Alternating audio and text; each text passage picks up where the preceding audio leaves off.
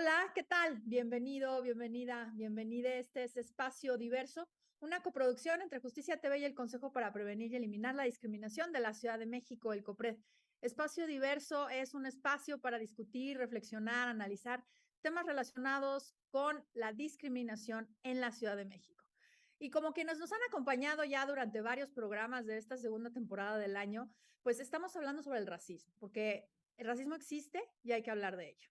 Y precisamente, pues hablar sobre cómo suceden las prácticas racistas, cómo se manifiesta este sistema de opresión que jerarquiza a las personas, pues necesitamos entender cómo funciona en distintos ámbitos. Ya hemos hablado de distintos temas orientados al tema del racismo, ya hemos hablado de distintos ámbitos en donde se manifiesta y pues evidentemente el servicio público no está exento de manifestaciones racistas entre personas que trabajamos en el servicio público y en el servicio que se da en atención a la ciudadanía, al público en general.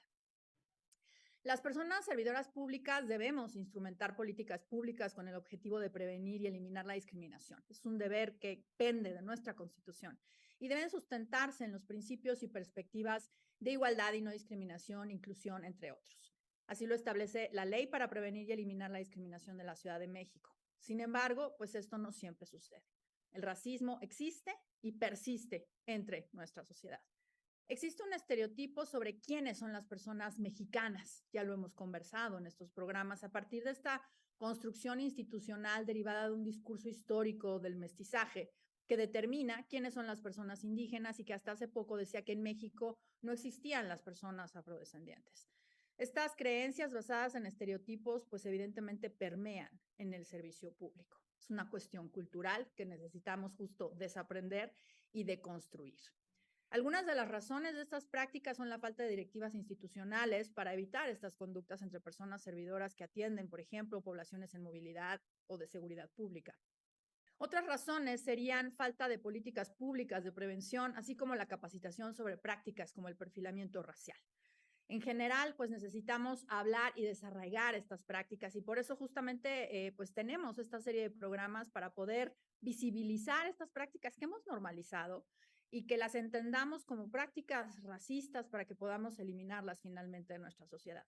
Para conversar sobre esto nos acompaña en el día de hoy en Espacio Diverso Edith López, quien es abogada feminista afromexicana, y José Luis Castro González, quien es representante del Instituto Nacional de los Pueblos Indígenas en la Ciudad de México. Me da muchísimo gusto recibirles en Espacio Diverso para tener esta conversación indispensable, hablar sobre cómo en la administración pública, pues seguimos viendo y seguimos viviendo prácticas discriminatorias y prácticas racistas en lo particular.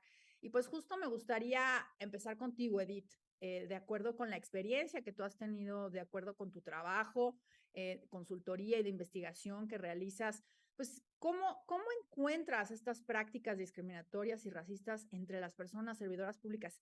¿Prevalecen o hemos logrado cambiar algo? Hola, muy buenos días a todo mundo. Sí, pues a menudo una de las cosas que se me preguntan es precisamente qué pasa con la discriminación en el servicio público. Y lo que hemos visto en diversos estudios e investigaciones es que hay un discurso institucional que cada vez es más adoptado y aceptado por las y los servidores públicos, que dicen, claro, el racismo es una conducta prohibida, no se debe de hacer, hay que respetar a todas las personas sin importar, y nos dan una serie de características, ¿no? Sin importar la nacionalidad, el origen étnico, sin importar el color de piel. Y entonces uno puede observar que existe conocimientos básicos de lo que es el racismo y de lo que no se debe hacer. Pero cuando vamos más a profundidad acerca de cómo ese discurso institucional, ese discurso formal, lo llevan a la práctica, ahí es donde vemos un choque, porque efectivamente hay prácticas que se basan en conductas o más bien en percepciones raciales sobre todo, ¿no? Hicimos recientemente un estudio con COPRED hablando del perfilamiento racial en la Secretaría de Seguridad Ciudadana y ahí nos dimos cuenta que efectivamente, aunque hay un esfuerzo de la institución por colocar el tema, por capacitarles, eh, hay un choque todavía o no se llega a profundizar en las conductas que cometen las y los servidores públicos. Incluso las y los servidores públicos no tienen como mucho la capacidad de cuestionarse si eso que están haciendo lo están haciendo por un tema racial, ¿no? Ejemplo, cuando detienen a una persona. ¿Cuáles son los elementos para pensar que una persona puede ser sospechosa o puede estar cometiendo alguna conducta o necesito platicar con esa persona, ¿no? Y lo mismo, incluso si estoy atendiendo a esa persona, me toca darle un servicio como autoridad de seguridad ciudadana y tengo que darle un servicio porque la persona puede estar extraviada o algo por el estilo, también vemos, ¿no? Que hay cierto comportamiento que se va a diferenciar dependiendo cómo se ve la persona, cómo luce esa persona o cuál es el origen de esa persona. Pero eso pasa no solo en la Secretaría de Seguridad Ciudadana, también hace poco hicimos un diagnóstico con la Defensoría Pública Federal y entonces vemos cómo cuando se trata de defender a mujeres también está cruzando por ahí no solo un tema de género, de discriminación por razón de género, sino también un tema de discriminación por razón de origen étnico, ¿no? Y podemos ver que conductas que son más o menos similares, conductas que pudieran considerarse un hecho delictivo que son similares, pero si lo comete una mujer con ciertas características, blanca, migrante, pero de Estados Unidos, a una mujer migrante pero de Guatemala con características étnicas, la forma de defender va a ser distinta, ¿no? Entonces, por supuesto que igual las y los defensores dicen, bueno, pues no, la discriminación es algo que tenemos que combatir, pero a la hora de llevar ese combate a la acción, vemos que les cuesta mucho trabajo y sobre todo porque no hay herramientas y no hay una eh, real capacitación de cómo, primero, evitarlas, este tipo de conductas, y segundo, poderlas distinguir y poderlas combatir, ¿no? O sea, primero no debo de evitar como servidor público o servidora pública realizarlas. Ya no las realizo, pero también tengo que ver si alguien más las está realizando y esa es la razón que me lleva a estar en ese caso, ¿no? Más allá de otro tipo de comportamientos. Claro, ¿cómo podemos deshacernos de estos sesgos, ¿no? A partir de los cuales hemos crecido y hemos sido educados y educadas, digo, desde la educación que se nos da en la escuela, de pronto desde los libros de texto vemos cómo vamos reproduciendo estas construcciones culturales que nos transmiten perspectivas racistas. José Luis, desde tu perspectiva, ¿cómo encuentras tú, bueno, pues sí, la cuestión en la administración pública, el tema del racismo entre servidores públicos?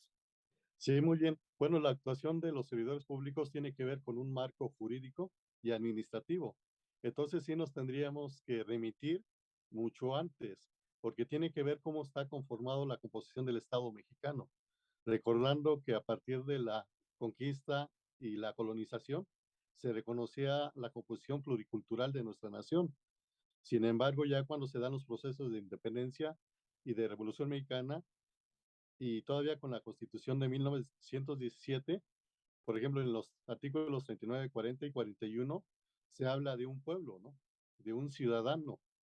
Y lógicamente que borra toda esta pluralidad que existe en México y recientemente, digamos, en el 92, se reconoce por primera vez que la nación mexicana tiene esta composición pluricultural sustentada originalmente en sus pueblos indígenas. Sin embargo, con esta reforma no se avanzó como se hubiera querido y tuvo que pasar el levantamiento zapatista para que como sociedad entendiéramos que la cuestión del racismo y la discriminación sí tiene consecuencias. Tanto que se originó este movimiento armado en Chiapas y no solamente permeó en Chiapas, permeó en todo el país y también tuvo implicaciones internacionales. Entonces hay que entender que este tipo de cuestiones no solamente quedan en una situación en el momento, ¿no? Sino que tiene implicaciones en nuestra vida diaria y más allá del ámbito donde se dan estas cuestiones de discriminación. También hay que entender de que para el Estado mexicano esta parte de discriminación era, digamos, hasta cierto punto normal. Recordando que hasta 2011, con la reforma constitucional en materia de derechos humanos, ya se señala la discriminación como una cuestión de un delito, ¿no? Se plantean ahí 10 supuestos, 11 supuestos, entre otras situaciones que atenten contra la dignidad humana, no solamente contra la cuestión racial, ¿no? Sino habla sobre la cuestión religiosa, la cuestión de salud, la edad, la condición social. Entonces, a partir de esto, bueno, a nivel constitucional, en la Ciudad de México sí podemos decir que desde antes de la reforma de 2011 ya se hicieron leyes para prevenir y erradicar la discriminación, ¿no? La primera y la que tenemos. Entonces, esta situación tiene que ver ya con un patrón social y cultural generacional y estructural, que eso lo llevamos todos internamente. Entonces, en la cuestión del servicio público, tiene que ver más con una cuestión de una preocupación de una sanción administrativa o hasta penal, en dado caso que discrimine, más que por una convicción propia. Entonces, de momento sería eso. No, muchas gracias, José Luis. La verdad es que qué importante este recorrido que nos haces. Además, bueno, pues estamos en Justicia TV y justo muchas de las personas que ven este programa, tienen esta perspectiva legal, digamos, entienden el tema jurídico desde esa perspectiva. Y me parece muy importante apuntar esto, ¿no? O sea, en el constitucionalismo moderno, vamos a decirlo así, en el constitucionalismo de México independiente, realmente se reconoce esta composición pluricultural hasta hace 5 minutos, ¿no? Y los pueblos indígenas, las personas afromexicanas fueron reconocidas en la Constitución apenas hace 4 años, 4, ¿no? Sí, fueron 4. Entonces, realmente ese es el punto del que partimos, ¿no? Estamos empezando a tener esa conversación y por más que tengamos una ley que prohíba la discriminación, por más que tengamos un marco legal robusto que diga esto está prohibido, esto es un delito, esto es una falta administrativa, esto es una responsabilidad como persona servidora pública, pues al final del día tenemos estos sesgos de los que habla Edith, ¿no? Que seguimos actuando con base en ellos. O sea, digamos, no hay una discriminación tan ofensiva y tan directa, pero seguimos teniendo estos tratos sesgados, ¿no? Y justo sobre eso, Edith, ¿es posible identificar estas prácticas discriminatorias? O sea, ¿cómo las identificamos cuando no tenemos una práctica tan clara, digamos, ¿no? Tan evidente, tan brusca? Bueno, sí, no tenemos los casos, pero que sí los tenemos, de detención de personas negras, detenciones brutales por policía que terminan siendo asesinados. O sea, no tenemos un movimiento de las vidas negras importan como en Estados Unidos, pero no quiere decir que las detenciones policiales no estén basadas en perfilamiento racial. O sea, sí lo hemos visto, ¿no? Hemos tenido casos, hemos visto, y sí hay una clara distinción, cómo te pueden detener a partir de cómo vas vestida, cómo, de qué color es tu piel. Entonces sí hay una intencionalidad, ¿no? Sí hay además de una clara intencionalidad, sí hay elementos para eso, y incluso la detención que podría ser de dónde eres, dónde vives, etcétera, que no tiene justificación, porque si solo estás ahí en la calle, como por qué me está molestando el policía, pero es como te detengo, se puede convertir en algo más complejo si depende de la actitud de la persona a la que están deteniendo. ¿No? Si tú te quieres defender y decir, oye, pero ¿por qué me estás deteniendo? ¿Qué, pues, cuáles son los elementos, etcétera, etcétera? Se puede convertir en algo mucho más brutal. O sea, le hicimos grupos focales precisamente con personas migrantes negras y es brutal lo que dice, ¿no? Es decir, o sea, yo soy migrante, pero además cuando me detiene la policía no me siento persona. O sea, que una persona te diga que no se siente persona porque le está deteniendo la policía y en lugares que estaban en Polanco, venían saliendo de la embajada, ¿no? Es así como estaban en alguna zona en donde la delincuencia está alta, ¿no? O sea, y pero lo mismo pasa con las personas indígenas. O sea, hay un sector, hay grupos de personas que sí tienen ahí conductas de discriminación enfocadas por autoridades y que son fáciles de identificar y que tendrían que tener ahí protocolos de actuación, tendrían que tener elementos también para que la ciudadanía sepa que ese tipo de conducta se puede denunciar. La mayoría de la gente que vive este tipo de discriminación dice, yo ya no quiero nada con las autoridades. O sea, incluso ir a denunciar ese tipo de conductas es enfrentarse nuevamente con las autoridades que probablemente les discriminen. Entonces, no, o sea, yo prefiero tener una actitud pasiva, todo lo que me pidan se los doy, si me quieren detener, si se quieren ver mis cosas, si quieren revisarme mi cuerpo, ¿no? O sea, no hacen, porque prefieren no tener un encuentro fuerte con algún tipo de autoridad, eh, este, para no escalar la problemática, ¿no? Entonces creo que sí hay conductas que pueden ser muy identificables y el tema es que eh, la policía no las detecta, que está deteniendo a esa persona por esa situación, o sea, le cuesta trabajo a la policía detectarlo, ¿no? Es así como, si tú le dices, ah, es que lo detuviste porque es negro, te va a decir nunca jamás. O sea, no, eso no pasó. Lo detuve porque me pareció sospechoso, lo detuve porque estaba ahí, llevaba 10 minutos ahí parado y no estaba haciendo nada. O sea, te va a justificar, pero nunca te va a admitir llana y lisamente lo detuve por su aspecto, ¿no? Eso no va a pasar. Entonces les cuesta muchísimo trabajo y a la ciudadanía, sobre todo a la que vive ese tipo de conductas, le cuesta también mucho trabajo, porque además son personas que están en situaciones de discriminación múltiple, que tienen muchísima vulnerabilidad y que acceder a la justicia es como eh, utópico, ¿no? Es como, bueno, ya, o sea, incluso normalizan esta situación, los enfrentamientos con autoridades los empiezan a normalizar, es como, bueno, pues yo ya sé que si este, voy a estar por ahí, pues seguramente me puedo enfrentar, o viene una patrulla y yo me voy hacia el lado contrario de la autoridad, no voy a ir hacia mí. Esto que también vemos muchísimo, que seguramente lo han escuchado, de los centros comerciales, ¿no? Cómo los elementos de seguridad persiguen y acosan o intimidan a cierto tipo de personas y todo esto es a partir de la apariencia física, del color de piel, de la vestimenta, del estrato social que puedas aparentar o que puedas tener, ¿no? Entonces creo que sí hay conductas muy identificables que pueden llegar a ser muy dañinas en la vida de las personas y que sí tiene ahí la autoridad una obligación no solo de este discurso de no discriminamos, sino también de establecer mecanismos para que la ciudadanía pueda identificar que esa conducta no está permitida y que pueden denunciarla y también para las autoridades tener esto que decía el compañero de este programa, eh, no solo esperar la sanción administrativa y penal, que realmente nunca llega o llega muy pocas veces, sino que hacer un proceso fuerte de capacitación,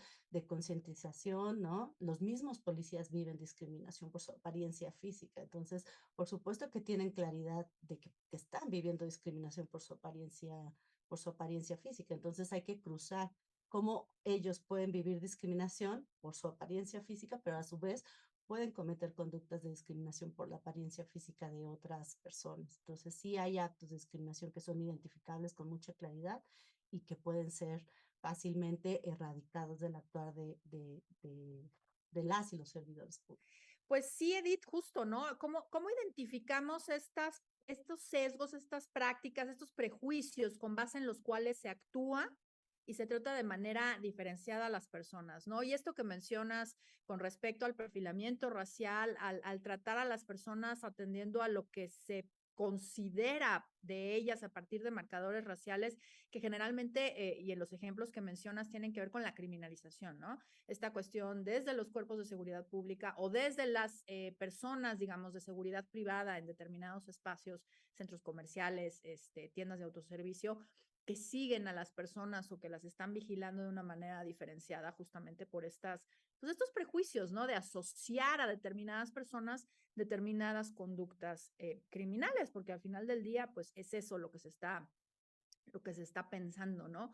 Y qué importante es justo poder tener esta claridad en la capacitación a, pues en este caso, las personas, los cuerpos de seguridad pública, pero en general a los servidores públicos, porque si bien un servidor público, una servidora pública, cuando da una atención al público en general, no tiene, digamos, estas competencias en cuanto a la detención o el sospechar de una persona, digamos, porque esa no es su función, pero el hecho de que tú le des un trato diferenciado a una persona u otra, ¿no?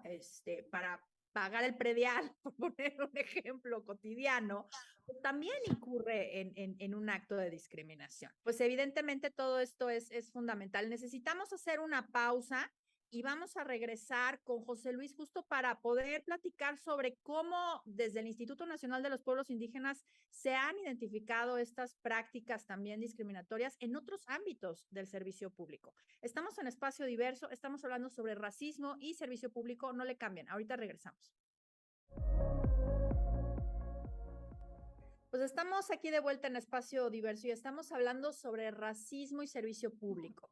Y precisamente en este bloque quería yo regresar con José Luis para hablar precisamente sobre esta posibilidad de identificar las prácticas de discriminación, las prácticas racistas dentro del servicio público. Y pues sí me gustaría, José Luis, que nos compartieras tu experiencia y sobre todo, pues si desde el Instituto Nacional de los Pueblos Indígenas existe alguna estrategia para esta identificación o para esta capacitación para eliminar estos prejuicios del servicio público. Sí, cómo no. Bueno, comentar de que, bueno, anteriormente había hablado de esta igualdad formal, ¿no? Pero sí es importante hablar de esta igualdad sustantiva, la que se vive al día con día. Entonces, bueno, el instituto tiene esta, digamos, su creación es desde 1948 como INI, ya después como CDI en 2003, y ya se conforma como Instituto Nacional de los Pueblos Indígenas a partir de diciembre de 2018. Entonces, en la misma ley de creación del INPI, se señala que dentro de las facultades y atribuciones del instituto está la protección en caso de discriminación hacia los pueblos indígenas. Este es un avance muy importante y ya dentro de la misma ley de creación venga esta situación. Lo que sí podemos decir desde antes de la cuestión institucional y en este momento, en este cargo, es de que desafortunadamente, y esto lo tengo que decir, la discriminación se vive todos los días. Se vive en el metro, se vive en la calle, se vive en los bancos, se vive en los restaurantes, o sea, se vive en todas partes. Y desafortunadamente se tiene que viralizar un caso de discriminación, se tiene que hacer mediático, como el caso de de la mujer otomí brígida, que bueno, también han estado dando seguimiento, para que se ponga la atención de que está pasando esto en este momento. Entonces, a partir de estos casos que hemos visto de manera recurrente, de alguna forma nosotros hemos ubicado que tiene que ver con la sensibilización de los servidores públicos. Está bien este marco jurídico, este marco administrativo, pero si no hay una sensibilización de esta composición pluricultural de nuestro país, simplemente estas prácticas se van a seguir repitiendo. Porque si viéramos el pasado de estas personas que discriminan de manera consciente o inconsciente, pues nos vamos a dar cuenta que vienen de una parte de un mestizaje y que tienen esta raíz indígena. Pero sin embargo, para ellos es una cuestión muy normal discriminar al que viste diferente, ¿no? En el caso personal, el usar esta ropa, en mi caso personal, me ha provocado también cuestiones de discriminación cuando acudo a otras instancias públicas, porque de alguna forma ya hay este estereotipo que ustedes han comentado, que de alguna forma esta cuestión implica ya desconfianza al que habla una lengua diferente, al que viste diferente, y es una cuestión que nosotros estamos trabajando en talleres de interculturalidad. Anteriormente, y esto nosotros lo rescatamos mucho, se han dado talleres sobre derechos indígenas, pero estos talleres sobre derechos indígenas le sirve más a la persona indígena más que al servidor público o en el servicio privado, en el servicio, así. Y lo que nosotros estamos planteando es que sí tenemos que promover estos talleres de sensibilización, de diálogo intercultural, en donde se entienda que todos tenemos los mismos derechos y que en dado caso que no se respete una persona que no sea igual, pues tiene implicaciones jurídicas y administrativas y que también se que no tiene que ser una cuestión que esté normada en la ley, sino de reconocer internamente que tenemos que tener el respeto hacia el otro, ¿no? En cualquier condición.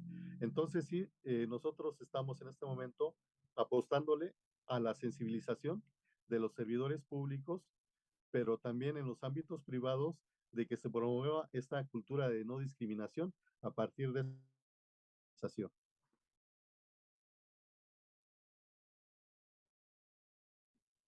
Muchas gracias, José Luis. Disculpa, al final te cortaste un poquito, pero entiendo que dijiste a partir de una cultura de sensibilización.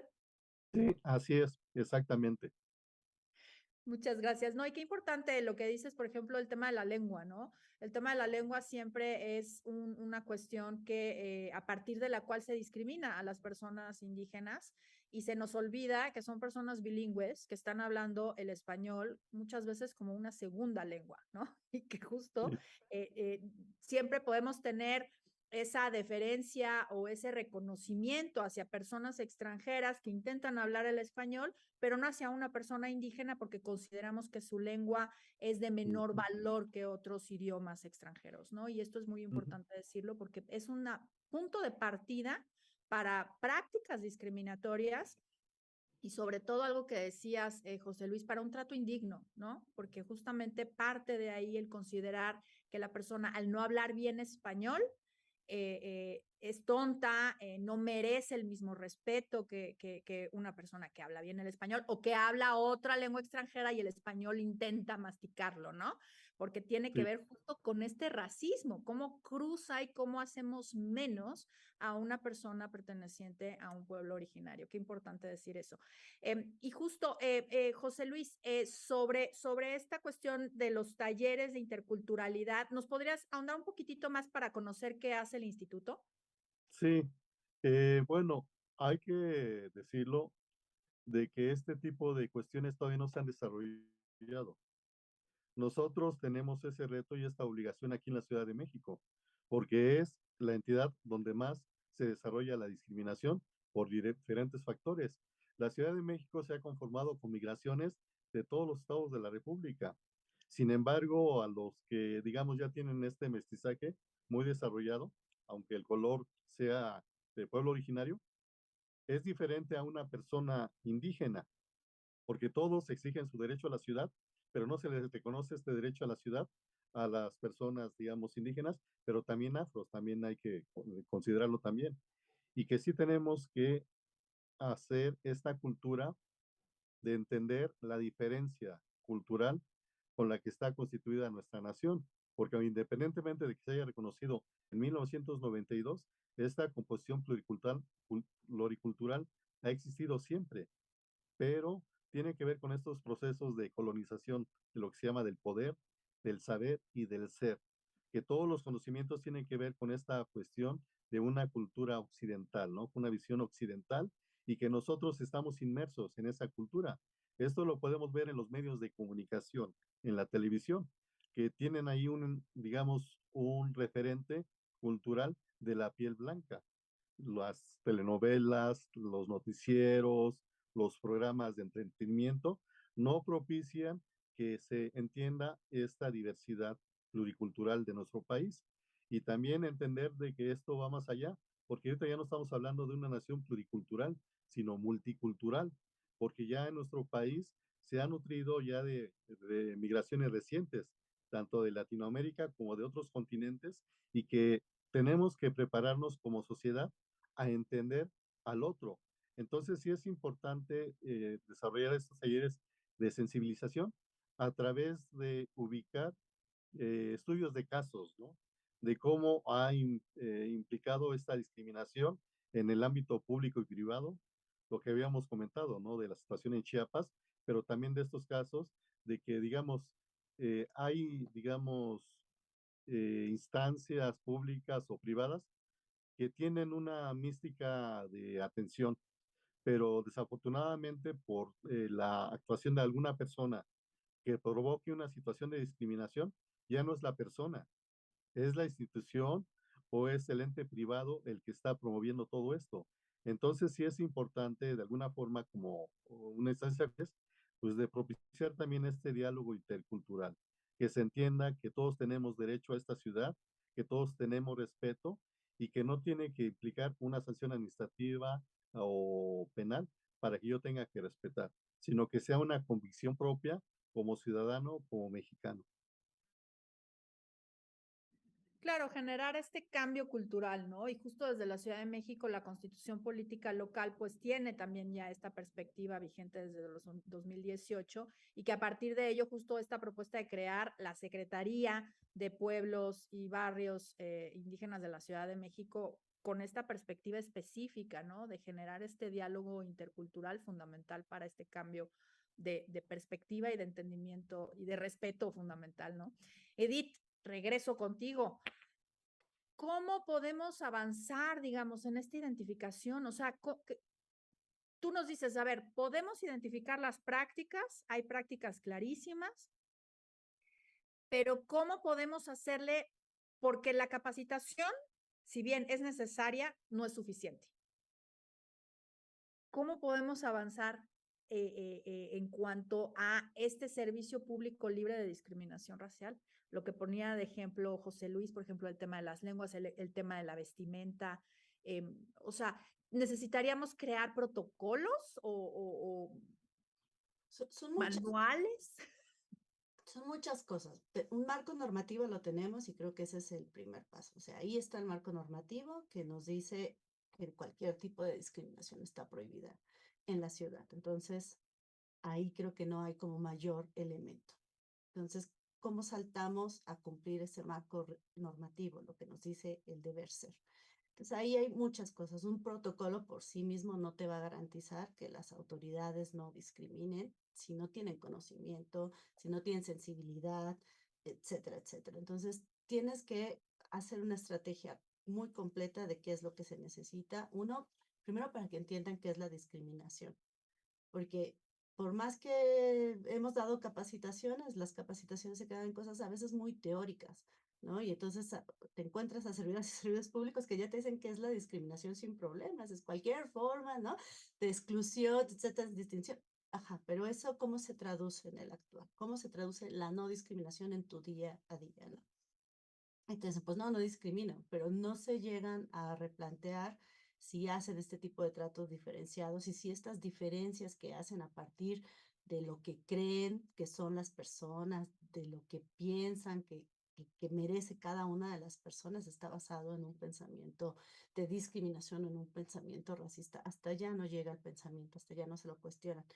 Esto que insisto con los policías es muy claro porque viven discriminación, identifican perfectamente la discriminación que viven, no solo por ser servidoras y servidores públicos, sino por tener características indígenas, raciales indígenas, ¿no? O sea, el clásico insulto es, eres un indio, yo te pago el sueldo, ¿no?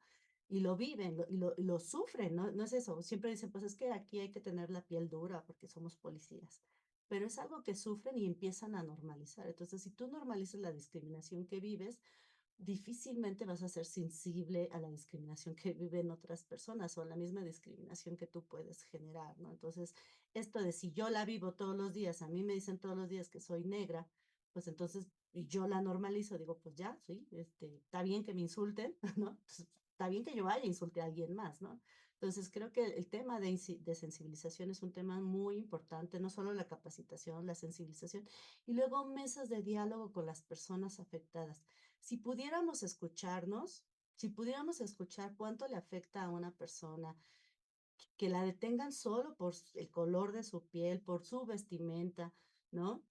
Creo que es eso. Y la otra es impulsar a las y los servidores públicos a que sean parte, o sea, que aún siendo, no aún, utilicé mala frase, a personas que son indígenas, que se reconocen como indígenas y que sean parte del servicio público con orgullo. Porque el tema es también ahí que hay un tema de mejor lo invisibilizo, mejor, ¿no? Porque claro, estamos asociando indígena, negritud, afrodescendencia con todo lo negativo, con menos derechos, con menos, calidad humana, con menos dignidad. Entonces dice, pues no, no, no. Incluso a la gente le cuesta mucho trabajo asimilarse o asumirse como indígena o como negra. Es como, no, pues yo soy morenita oscura, ¿no? Pero no soy negra. Entonces es eso, cuando lo asocian con cosas positivas, con cosas de orgullo, con cosas que son importantes en el servicio público, eso va a permear. A mí me sorprende mucho Guatemala, la Fiscalía de Guatemala en particular, porque tienen una Secretaría de Interculturalidad y van con sus trajes tradicionales. Ahí tú ves a las fiscales y a la gente con sus trajes tradicionales, o sea, cada vez están impulsando más que de la fiscalía se puede identificar con mucha claridad. O sea, yo voy con mi traje tradicional y no va a haber ningún problema. Aquí tenemos el caso de un traductor que ni siquiera lo dejaban entrar a la institución porque era como, no, no vienes con tu vestimenta formal, ¿no? No, pero es que yo soy el traductor, yo vengo a un caso, me están esperando porque son unos niños que tengo que hacer la traducción. No, no, si tú no vienes con tu vestimenta, tu traje, tú no puedes pasar, ¿no? Incluso no, no solo es la discriminación ahí, sino están poniendo en riesgo los derechos de los jóvenes a los que iba a hacerle la traducción, ¿no? Porque es esta asociación de traer tu traje regional, es malo, no es formal, etcétera, ¿no? Pero no solo en el tema de seguridad, o sea, también en el tema del sector salud tenemos un tema de discriminación bastante fuerte y bastante invisibilizado, ¿no? Eh, el caso propio, ¿no? Tengo una tía en este momento que tiene un problema y derivado de ese problema siente mucha comezón en la piel. Es un tema con el hígado. Y entonces le dijo la doctora que tenía sarna. Le dijo, es que usted no se baña, no sé qué, no sé cuánto, y usted tiene sarna.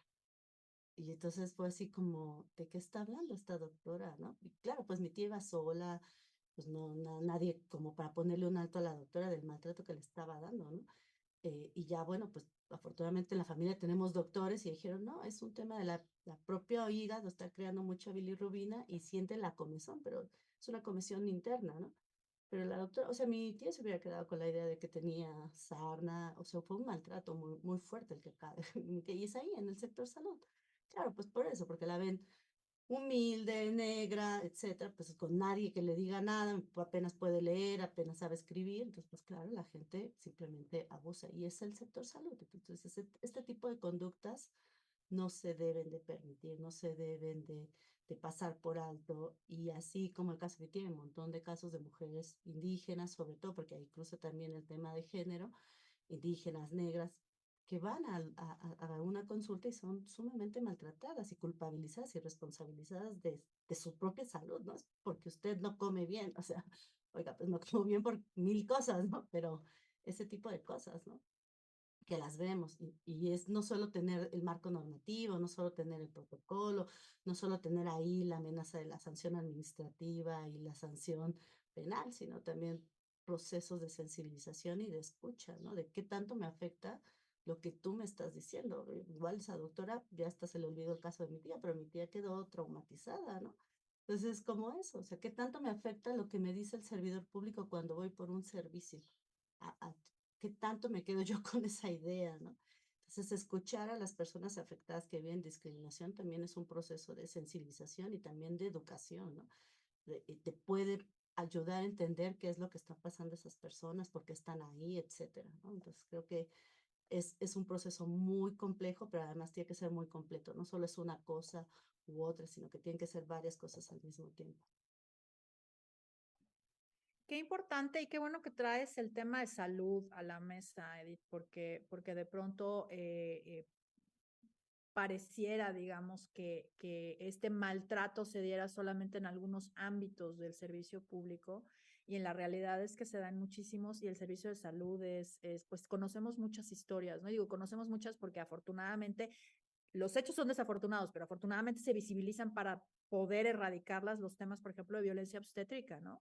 De mujeres indígenas, estos casos de mujeres, me parece que era en el estado de Oaxaca o en el estado de Guerrero, no recuerdo cuál de los dos, donde mujeres indígenas no eran atendidas a tiempo y tenían que parir, pues casi que en la calle, ¿no? En la banqueta fuera del hospital, porque no se les consideraba, digamos, en su parto, ¿no? Y no quiero decir en dolor de parto necesariamente, porque ellas venían a parir y no se les tomaba en serio esto que estaban diciendo ellas, ¿no? Y todo este maltrato en general, en no entender o no atender lo que está diciendo una persona por partir de ciertos prejuicios, ¿no? Y que sucede hacia las personas racializadas y me viene ahorita a la mente, por ejemplo, las personas que viven en situación de calle, ¿no? Que también es algo que sucede muchísimo y que también cruza el tema racial por ahí de manera muy fuerte. Vamos a hacer una pausa y regresamos para seguir conversando. Estamos hablando sobre racismo y servicio público. Estamos en Espacio Diverso. No le cambie. Regresamos. Pues ya estamos aquí de vuelta en el último bloque de Espacio Diverso y estamos hablando sobre racismo y servicio público. Y bueno, pues ya estábamos hablando sobre cómo estas prácticas racistas arraigadas culturalmente se manifiestan en el servicio público. Particularmente hemos hablado de la seguridad pública, hemos hablado de la salud, hemos hablado un poquito por ahí, lo hemos dejado el tema de la justicia, ¿no? El tema del acceso a la justicia es un tema también fundamental en esta cuestión de cómo los sesgos racistas, los sesgos inconscientes basados en prejuicios racistas afectan el acceso a la justicia de las personas racializadas, de las personas no solamente indígenas o afromexicanas o afrodescendientes, sino también personas con tonalidad de piel morena, ¿no? Y en este sentido, como la obstaculización en el ejercicio de sus derechos, en el ejercicio igualitario de sus derechos, pues está asociado precisamente a estos prejuicios, ¿no? Hablamos de cómo identificar estas prácticas, qué hacer, el diálogo, que es una de las propuestas más robustas, digamos, que nos plantea Edith, y que también José Luis ya ponía sobre la mesa en estos diálogos interculturales.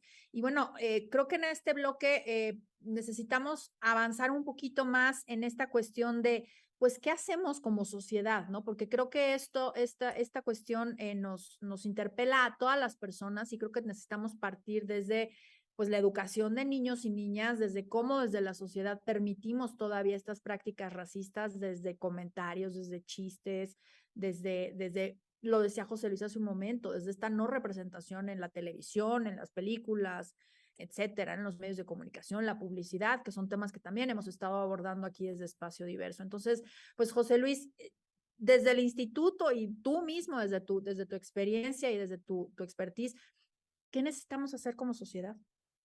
Sí, bueno, me enfocaría a hablar precisamente del tema de justicia, ¿no? La Procuración y Administración de Justicia, haciendo un paréntesis. El artículo segundo constitucional garantiza el derecho al traductor, ¿no? En cualquier procedimiento penal. Pero ¿qué pasa cuando una persona monolingüe, o sea, que hable nada más su lengua, llega a un hospital con una enfermedad grave? ¿Cuál es el protocolo de actuación que tienen los funcionarios públicos del sector salud? Que, bueno, tienen una eh, mística muy humana, pero ¿cómo resuelven el comunicarse con una persona que no habla el español? Entonces, sí es una cuestión que sí los deja en una situación muy precaria de salud y hasta que va implicada la vida, ¿no? Entonces, bueno, es un paréntesis. Retomando la parte de la cuestión de justicia, luego tiene que ver también con la cuestión de los conceptos. Por ejemplo, esta cuestión de la perspectiva de atención intercultural, ahí se entienden como acciones positivas compensatorias, que es básicamente lo mismo, que afortunadamente aquí en la Ciudad de México sí tenemos que reconocer, se ha avanzado bastante en la cuestión de garantizar los derechos de las personas indígenas en un procedimiento penal. En los mismos reclusorios también ya hay zonas específicas para que puedan estar, digamos, resguardadas las personas indígenas. Y de alguna forma, también ya las instancias de procuración y administración de justicia ya tienen convenios de colaboración con organizaciones de traductores. Que bueno, hay dos figuras, ¿no? Los traductores que hablan la misma lengua, pero también están los intérpretes, que sin hablar la lengua entienden el contexto de esa persona. Y si no se encuentra, digamos, un traductor y la variante de esa región, tienen que entrar ahí los intérpretes interculturales. Entonces, sí es una cuestión ahí que sí ha ido evolucionando. Aquí en la Ciudad de México, nosotros ubicamos que todavía en el resto del país hace falta mucha labor al respecto, pero también esta forma, regresando a la sensibilización de los funcionarios públicos, me quiero remitir a un caso que se dio en la anterior CEDEREC, la Secretaría de Desarrollo Rural para las Comunidades, donde en ese tiempo la titular, la licenciada Evangelina, hizo un experimento que sí me gustaría compartir, en el sentido de que se hizo toda una, digamos, eh, una representación de un juicio oral en el que todas las personas que eran juez, defensor, hablaban la lengua indígena, ¿no? Y el Ministerio Público, que en esa representación era el acusado, él tenía que llevar todo su proceso sin entender la lengua indígena. Fue un choque cultural muy fuerte para este funcionario, que él se consideraba que conocía el derecho, que simplemente él podía afrontar cualquier situación que se le presentara en su encargo, pero después de esa práctica que él no se podía comunicar para defenderse en español, porque todos hablaban la misma lengua indígena, él tuvo que reconocer la frustración que sintió de no poderse defender aquí en México. porque se estaba enfrentando a una lengua que él no entendía, que no comprendía. Entonces, esa forma de sensibilización lo marcó tanto que simplemente su actuación en el servicio público va a ser otro. Nosotros hemos participado desde el ámbito, digamos, civil, pero también en el ámbito público, en esta parte de capacitación y de sensibilización con servidores públicos. Y afortunadamente nos hemos dado cuenta que ya hay una gran sensibilización, ya entienden conceptos básicos, ¿no? La diferencia entre indio e indígena, esta parte de la atención intercultural. Y hemos visto también en algunos casos, pero ya muy limitados, algunas resistencias. Es decir, si son mexicanos, tienen que hablar español. Y si son mexicanos, tienen que conocer el derecho positivo mexicano.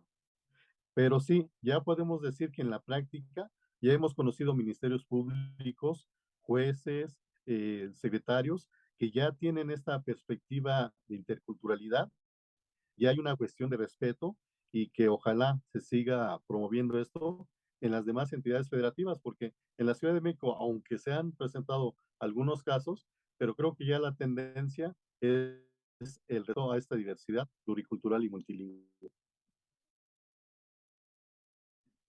Muchas gracias, José Luis, por compartir ese experimento, porque realmente me parece interesantísimo, ¿no? Yo creo que habría que ver, repetir alguna experiencia de esas, porque sí, realmente, hasta que no, hay la frase, ¿no? Hasta que no se pone una en los zapatos de otras personas y camina con ellos, no sabe uno realmente lo que se está viviendo y cómo se vive esta impotencia, en este caso, esta discriminación que está viviendo, porque al final del día es eso, ¿no? La imposibilidad de acceder a los derechos en igualdad de circunstancias por una pertenencia, en este caso, a una comunidad indígena y el hablar una lengua indígena y no hablar español. Y no solo no hablar español, sino no entender el sistema, ¿no? Porque uno puede hablar otro idioma y no necesariamente eso implica que entienda uno el contexto de lo que está sucediendo y cómo funciona el derecho, porque digo, es otro idioma, ¿no? Al final Sí, del... sí, quisiéramos nada más añadir, por ejemplo, ¿cómo podemos traducir a una lengua indígena Constitución Política de los Estados Unidos Mexicanos? ¿Cómo podemos traducir ley de amparo? ¿Cómo se le puede traducir a una persona indígena la cuestión cuando se le dice si quiere apelar o no? Entonces son cuestiones elementales para la defensa de una persona que si no hay esta traducción a las lenguas indígenas de todos los conceptos, esta persona indígena, hombre o mujer, está condenado a que se le aplique hasta la sentencia más alta porque no aportó elementos para su defensa. Así es, lo vimos ahora con COVID. Gilberta, compañera indígena que está aquí en la asamblea, nos decía, no hay manera de explicar qué es la COVID en mi comunidad. O sea, nos está costando mucho trabajo hacer esa traducción, pero no me como más el tiempo. Edith, me voy contigo en el tiempo que nos queda. Pues, ¿qué hacemos?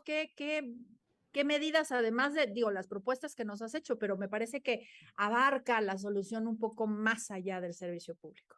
Sí, claro, o sea, necesitamos un cambio cultural. Durante décadas nos estuvieron diciendo que éramos la población de bronce, que todo el mundo era mezclado y entonces, pues, ese discurso permea en toda nuestra sociedad, ¿no? Mucha gente se niega a reconocer que tiene actitudes racistas porque dicen, yo cómo voy a ser racista si yo también soy prieto, soy no sé qué, aquí no hay racismo, todo el mundo lo justifica con clasismo, pero es racismo. Entonces creo que sí tenemos que hacer un cambio cultural que va desde la educación, ¿no? La educación siempre tiene como una carga muy pesada porque ahí queremos que cambie el paradigma de muchas cosas, ¿no? De la violencia, de la discriminación, pero ahí es donde tenemos que apostar, ¿no? Es importante cómo contamos también nuestras historias, cómo contamos quiénes son las personas indígenas, cómo contamos quiénes son las personas negras que habitan en este país, ¿no? Durante,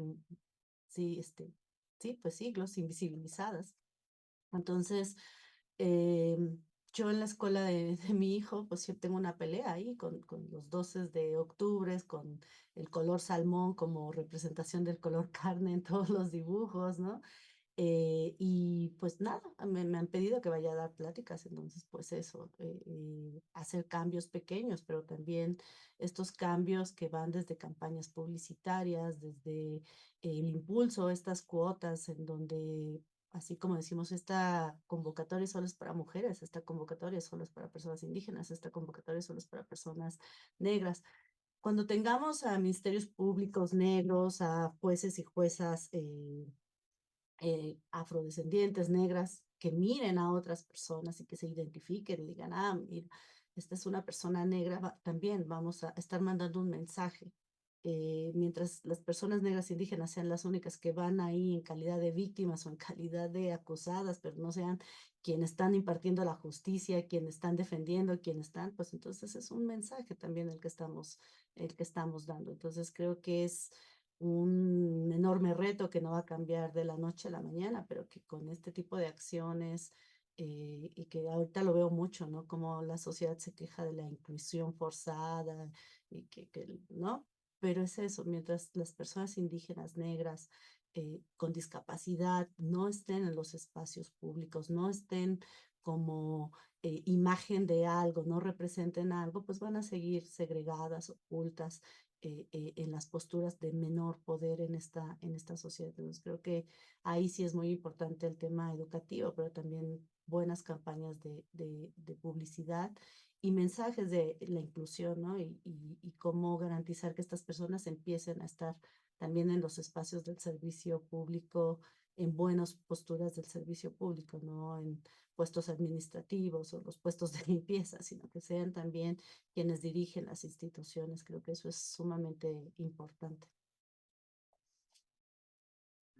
Sí, por supuesto, luego vemos las estadísticas, ¿no? Inclusive pasa también con el tema de mujeres, ¿no? Aquí hay el 50% de mujeres, sí, pero ¿en qué puestos, no?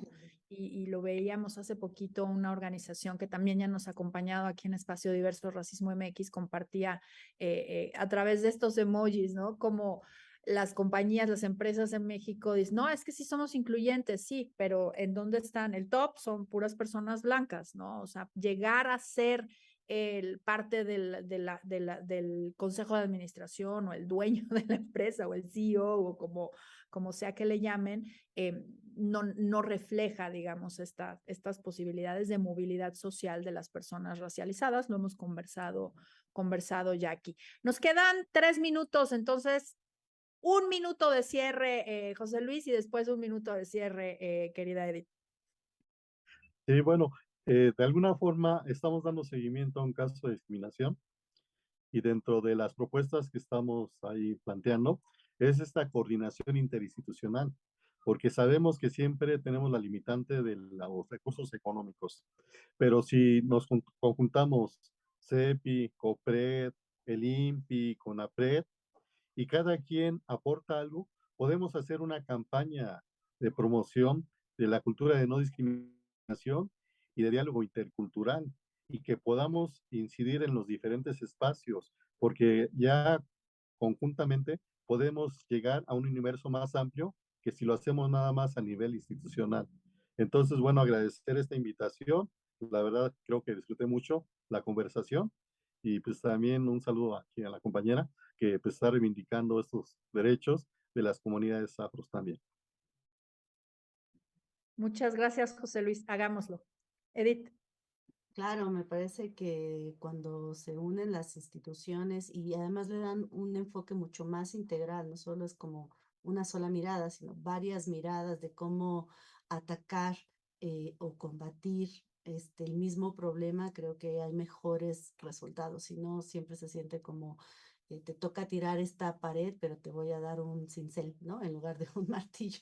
Entonces creo que es mejor cuando se hacen y se orquestan campañas y acciones interinstitucionales que abarcan diferentes posturas. Y bueno, pues como sociedad creo que nos queda mucho estarnos planteando y preguntando, que a veces esas preguntas no llegan, ¿qué tan racista puedo ser? ¿No? Entonces, eso casi no lo hacemos porque es como, no, yo no soy racista. O sea, a veces me burlo, ¿no? Hago bromas, pero racista realmente no soy. Entonces, creo que esto, ¿no? Poner en el centro de estas campañas las propias vivencias, las voces de las personas que viven discriminación, pueden llamar a la conciencia, no es como, ay, la discriminación es muy mala, en el país se discrimina a tantas personas, sino realmente poner a las voces el impacto que tienen en su cotidianidad, en su vida, es importante.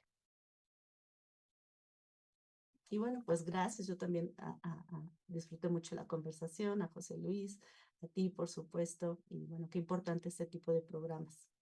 Muchas gracias. Pues ya estamos, tenemos chamba que hacer, José Luis, y bueno, pues seguramente también conversaremos contigo, Edith, con todo el trabajo que siempre haces y que hemos estado haciendo en conjunto con COPRED. Y pues nada, hemos llegado al final de Espacio Diverso. Edith, José Luis, muchísimas gracias por esta conversación. Les agradecemos mucho y pues a quienes nos acompañaron hoy en Espacio Diverso, acuérdense que el racismo sí existe y hay que hablar de ello. Esto es Espacio Diverso y nos vemos a la próxima.